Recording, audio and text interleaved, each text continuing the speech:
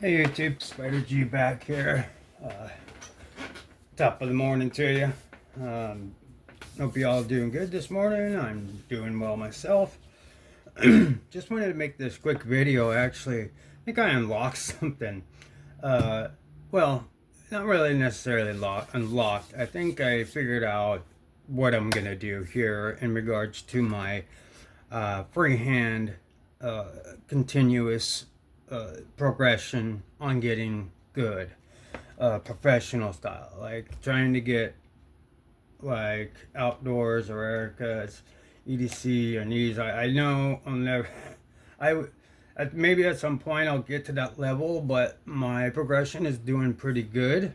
Um, I do have all the tomas, so I did go. I have the 140, the 400, 600, and then I was having trouble with the last few knives going because I've just been using the 6 and it's been really breaking in. It's really good. I'm just hardcore, not reprofiling, but just hardcore honing.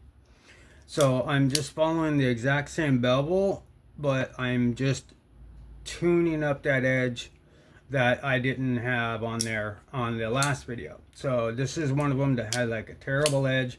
So I took it back to the 600 to really just take my time with this one. It's 14C. And then after I fatigued, burr minimalization, after I apex and everything, was flipping it back and forth, it got very minimal. And at that point I was like, should I take it to the work sharp bench, or should I put it on the 1200? And decided to put it on the 1200.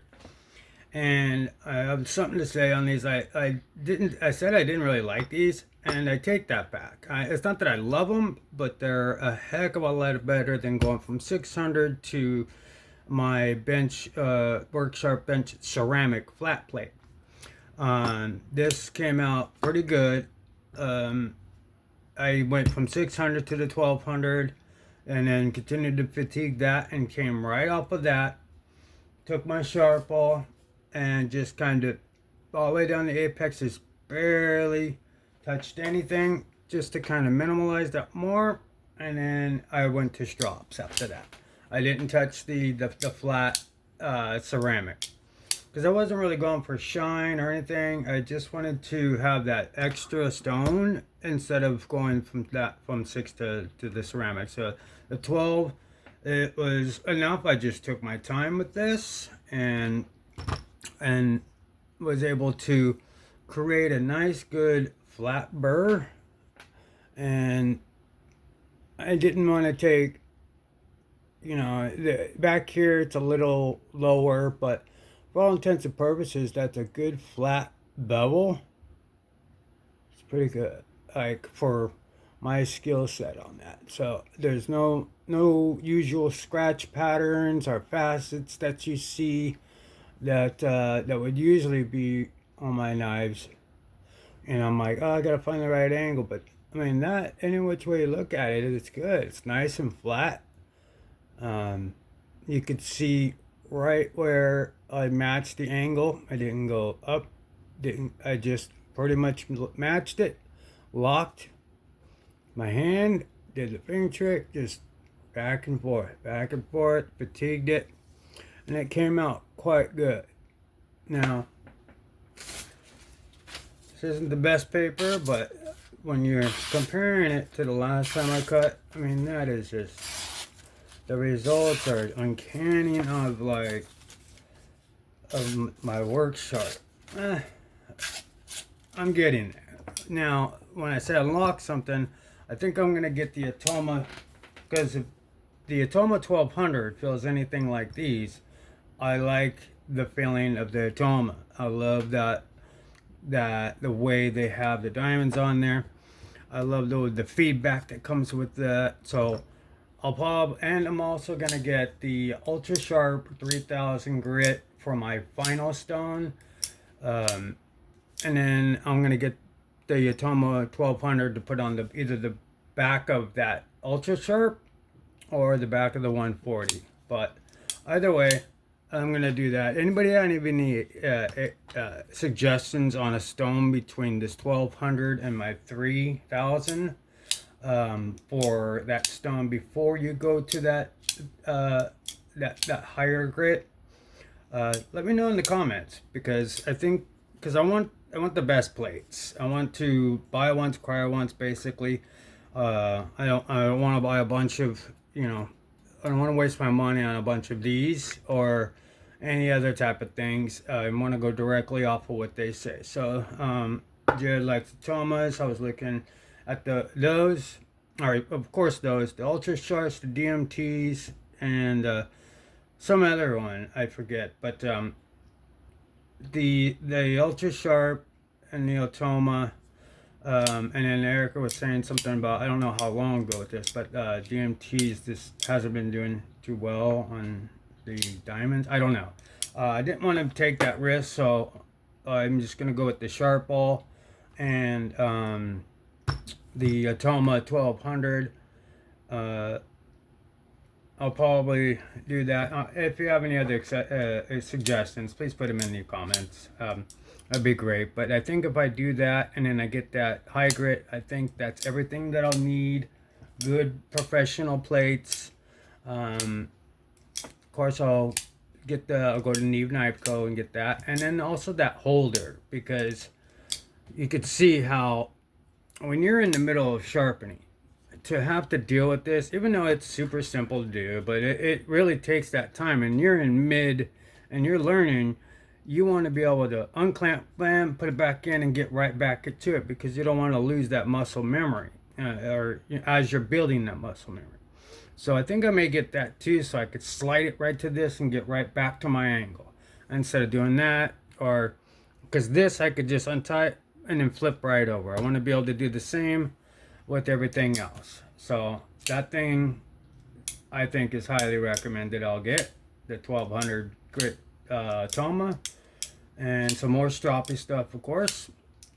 I need some more 3, and I need some more 0.5. I have plenty of 1. I buy the big bottles of those, and I'll probably get the big bottles in 3 and the 0.5, since I like them.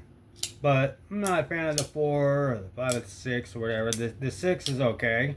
It's a one and done, but it will leave you with, I don't know. That's what it was when I had. That's all I had before I bought some. It was okay. The edges were coming out. They were just all working edges, so they weren't as good as they could be. That emulsion is badass. I mean, it is. You can take it off and deburr right on that. Those diamonds and that emulsion is amazing. Same with Gunny. Gunny is 3. Gunny Juice is 3 on Amazon, or you go to him. That's also a very good one as well. But the thing about Sharpie stuff is it's color coordinated. If you have different colored strops, all mine are pretty much the same color, except for maybe 1.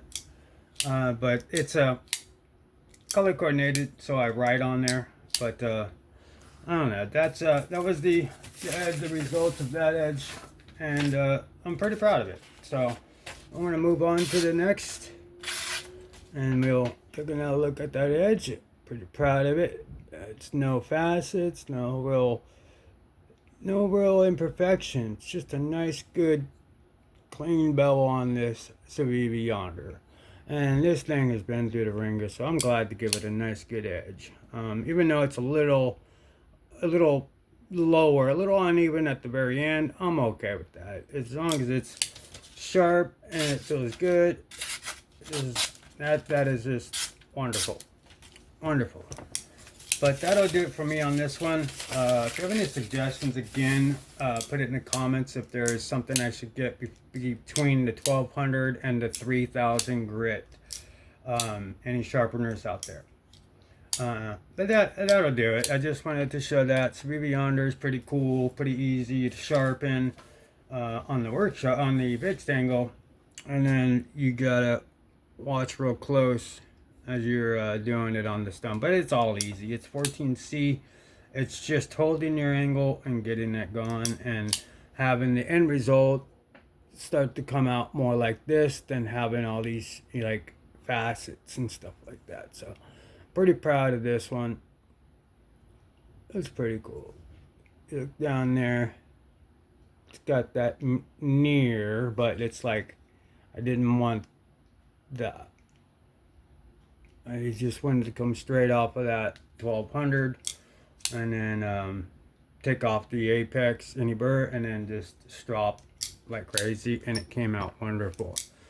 But again, that'll do it. If you found this interesting, like, sub, comment. Have fun, be safe. I'll catch you all in the next one. Peace.